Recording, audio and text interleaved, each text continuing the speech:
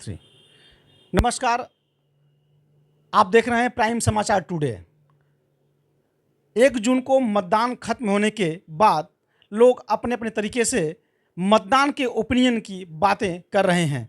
कहीं गली चौराहे पान की दुकानों पर बातें हो रही हैं, तो कहीं राजनीतिक गलियारों में बातें हो रही हैं। इस समय हमारे साथ मौजूद हैं भाजपा के वरिष्ठ नेता विवेक यादव जी। विवेक यादव जी, आपका प्राइम समाचार टुडे में स्वागत है। बहुत बहुत धन्यवाद सर आपको। आप लगातार भाजपा प्रत्याशी डॉक्टर महेंद्र नाथ पांडे को जिताने को लेकर आपने बहुत मेहनत की है। आप लगातार भ्रमण में रहे, कई बार आपसे मुलाकात भी हुई और चर्चाओं का विषय चला। क्या लगता है कि तीसरी बार डॉक्टर महेंद्र नाथ पांडे को जनता अपना क्या समर्थन देगी और किस मुद्दों को लेकर देगी? पहले तो मैं आपके चैनल को बहुत बहुत धन्यवाद अर्पित करता हूं कि आपका चैनल बड़ा ही जागरूक चैनल है और आपके चैनल के द्वारा हर छोटी बड़ी जो खबरें इस पूरे चंदौली लोकसभा में होती हैं और जो मुद्दों को देख करके आप लोग अपना प्रेजेंटेशन रखते हैं वो काबिल तारीफ़ है। और तीसरी बार जो डॉक्टर महेंद्र नाथ पांडे जी को लेकर के भारतीय जनता पार्टी को लेकर के एक मन में जिज्ञासा थी वोटर्स के।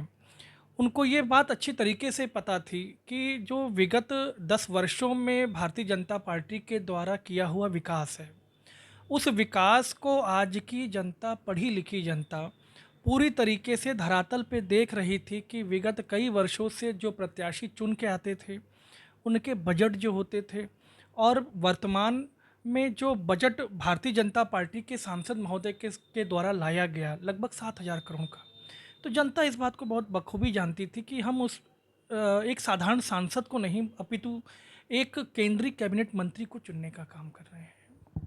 विपक्ष का आरोप है कि भारी उद्योग मंत्री जैसे अहम पदों पे डॉक्टर महेंद्र नाथ पांडे विराजमान रहे हैं, फिर भी इसके बावजूद भी उन्होंने कोई भी जनपद चंदौली के लिए उद्योग संबंधित कोई कार्य नहीं किया है। देखिए, उद्योग से समर्पित होने के अलावा जो यहाँ का इंफ्रास्ट्रक्चर है, जो यहाँ के बेसिक मूलभूत संसाधन हैं, उस पर प्रथम दृष्टया काम करने का प्रयास किया गया है। और बीच में 2 वर्ष कोरोना काल के थे, उसके 3 वर्ष पूर्व हमारी सरकार नहीं थी।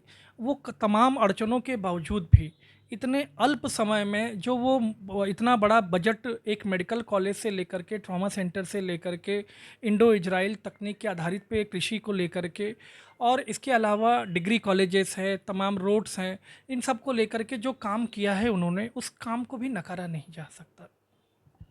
विपक्ष का कहना है कि भाजपा का जो एजेंडा है 400 के पार, ये आंकड़े 40 भी पार नहीं कर पाएंगे। नहीं, आपने देखा होगा कि कल ही अभी सर्वे आए हैं, सभी देश में सभी चैनल्स ने अपने सर्वे निकाले हैं और लगभग सभी लोगों ने अपना अनुमान 400 प्लस और 350 से ऊपर दिया है। इस बात को विपक्षी भी जानते हैं और विपक्षी दल ने कल बैठक भी की सामूहिक रूप से और बैठक करके उन्होंने अपना आगे का एजेंडा भी बताया कि प्रधानमंत्री कौन रहेगा। जबकि आप देखेंगे कि भारतीय जनता पार्टी जो उसूलों की और नीतियों की राजनीति करती है, अपने पूरी तरीके से वो मतदान केंद्रों का जो 4 तारीख में मतदान होने के बाद जो रिज़ल्ट आना है, हम उसकी तैयारी में हैं।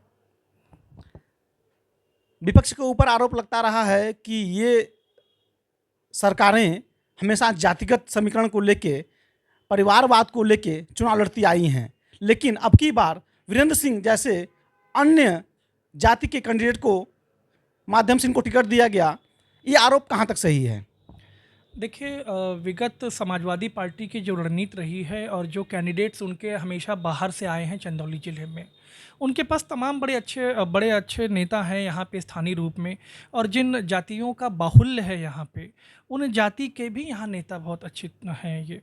हालांकि ये काम विपक्ष का है, लेकिन पक्ष के होने के नाते ये बात कई दफ़ा हमारे सामने आती है कि जो व्यक्ति विशेष अपने जाति विशेष के भी कैंडिडेट्स को न देने का काम करे और केवल उनसे लगातार वोट लेने का काम करे, तो उस प्रकार से जातिगत भावना के अंतर्गत लोगों के मन में ये भावना आती है कि क्या वो वोट देने के लिए केवल बने हैं।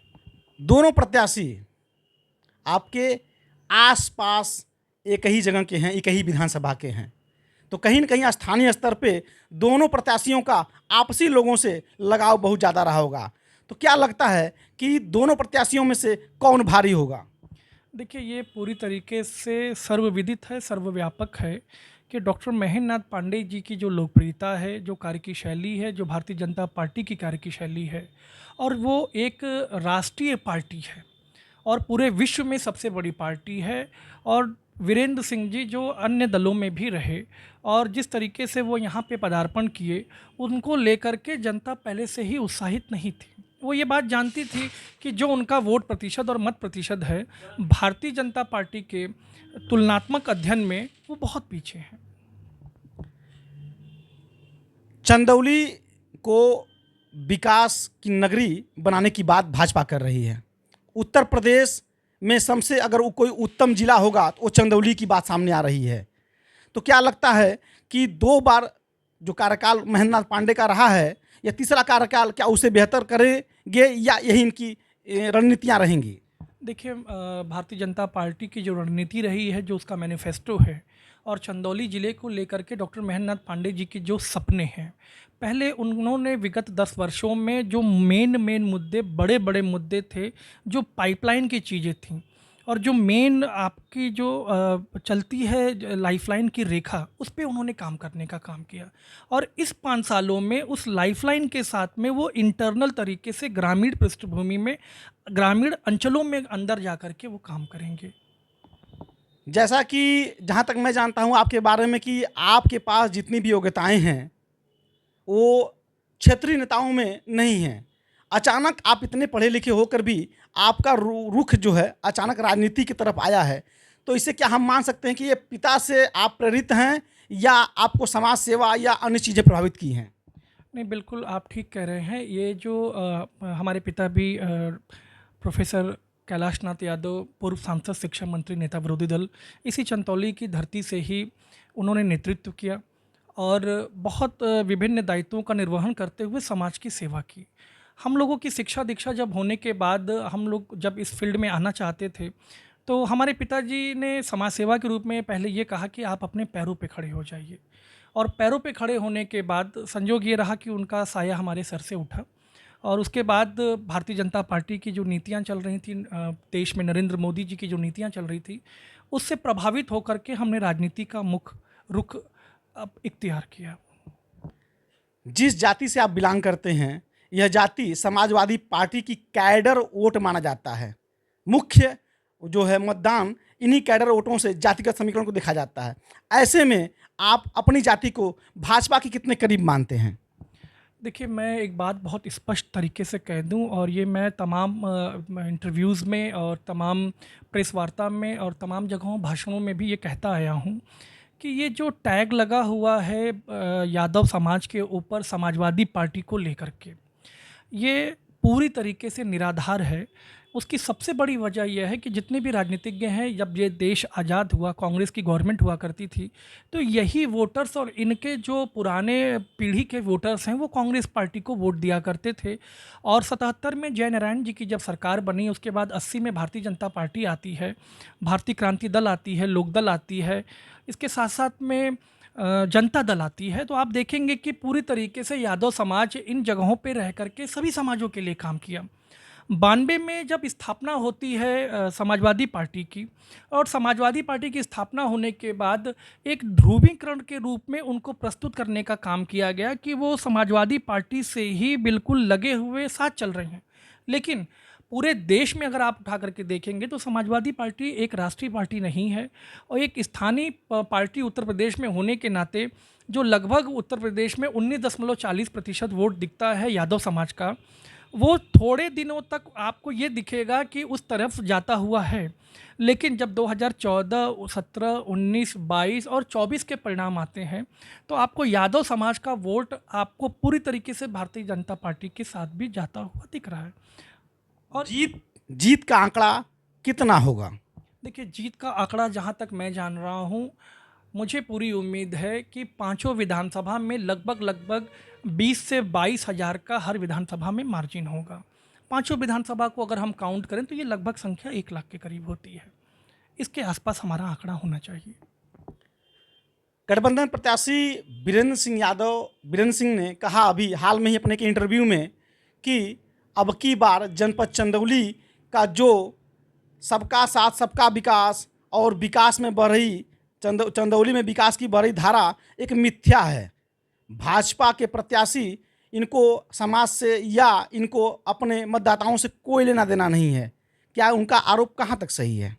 देखिए, वीरेंद्र सिंह जी को इस मामले में ऐसा वक्तव्य कहने से पहले अध्ययन करना चाहिए।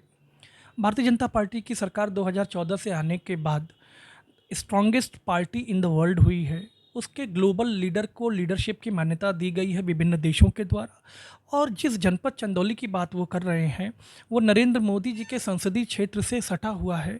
और वो उठा करके आंकड़े देख सकते हैं कि 10 सालों में वो 7,000 करोड़ लेकर के आए हैं। और जिस कोई ये असाधारण ही सांसद कर सकता है।